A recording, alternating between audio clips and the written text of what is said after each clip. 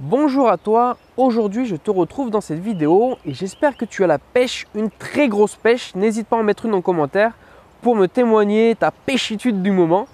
Et on va commencer aujourd'hui avec le sujet des édulcorants, par exemple du Coca Zéro, du Coca Light. Et en fait, nous allons approfondir le sujet pour savoir exactement quel était l'impact ou quel est l'impact de ce type d'aliment-là sur ta santé. Avant ça, n'hésite pas à t'abonner à cette chaîne YouTube et d'activer les notifications ou à t'abonner à la page Facebook si tu es sur Facebook. Et rentrons tout de suite dans le dur du sujet, les justement aliments avec édulcorants. Donc peut-être que tu utilises des édulcorants sous forme de sucrète, peut-être que tu es obligé parce que tu es diabétique ou tout simplement tu utilises ce type d'édulcorant parce que tu penses que c'est mieux pour ta santé.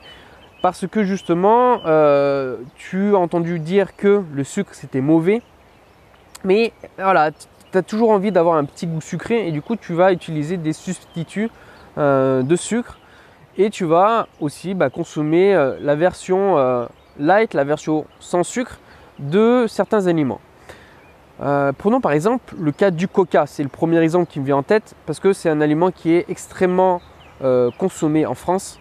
Et la différence, voilà, tu as une différence entre bien sûr le coca normal et le coca light. Donc le coca normal va être riche en sucre et le coca light, lui, est sans sucre mais a des édulcorants. La problématique des édulcorants, c'est que ces édulcorants-là vont un peu berner ton cerveau. Parce que, voilà, en bouche, toi, tu as l'impression de boire quelque chose qui est sucré. Est-ce que tu es d'accord avec moi? Donc oui. Le problème, c'est que ta bouche croit que tu manges un aliment sucré ou que tu le bois, ça dépend. Voilà, j'étais sur l'exemple du Coca-Cola Light. Et en fait, ta bouche, les récepteurs de ta bouche reçoivent cette information-là comme quoi tu es en train de boire du sucre ou d'en manger. Et l'information est directement transmise à ton cerveau qui croit que tu es en train d'ingérer en fait un aliment calorique, un aliment riche en sucre. Le problème, c'est que quand ton cerveau pense ça, croit que justement tu es en train de manger un aliment qui est calorique, qui est riche en sucre, il va directement lancer les mécanismes un peu de sécurité de ton corps en augmentant ton niveau d'insuline. Si tu ne sais pas ce que c'est l'insuline, en fait l'insuline c'est juste quand ton corps a trop de sucre dans le sang, il va produire cette hormone qui va être chargée de diminuer ton sucre sanguin et le stocker dans les tissus adipeux. Tu as une vidéo que je te mets là, ici, qui t'en détaille un peu plus sur le sujet. Donc revenons à notre sujet, on va dire, de la vidéo. Du coup, il met en place ces sécurités-là. Et ce qui va se passer, c'est que la moindre petite glucide que tu vas manger va être stockée par la suite.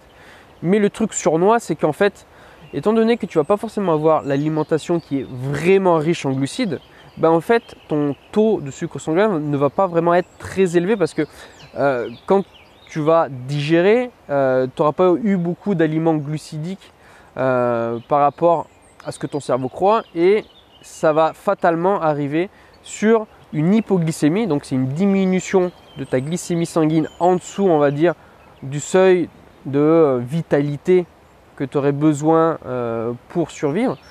Et ce qui va créer justement au prochain repas beaucoup plus de faim et tu seras beaucoup plus tenté justement de manger lors du prochain repas où tu auras pris justement ce Coca-Cola Light ou un autre aliment qui est light. Donc il y a deux problématiques dans les produits light. C'est un, le fait qu'il va te faire augmenter ton insuline, ce qui est très mauvais. Et le deux, c'est qu'il va te pousser en fait à plus manger par la suite. Tu vas avoir plus de compulsions alimentaires. Et ce qui est très mauvais parce qu'au final, toi tu penses manger par faim alors que c'est un peu une faim artificielle qui est causée par ton cerveau qui croit que justement tu es en grand manque de sucre sanguin. Voilà, j'espère que cette vidéo t'aura plu. N'hésite pas à me faire un petit commentaire, me poser tes questions également, je serais ravi d'y répondre. Et n'oublie pas que tu as également un accompagnement gratuit, des recettes, tu as plein de choses en commentaire, là en haut, en bas. Hop, il te suffira de me donner ton adresse email et ton prénom pour que je t'envoie tout ça directement dans ta boîte mail que tu pourras consulter. Après, rien n'est engageant, tu pourras te désinscrire à tout moment. En attendant, je te dis à très bientôt dans une nouvelle vidéo. Je t'embrasse. Ciao!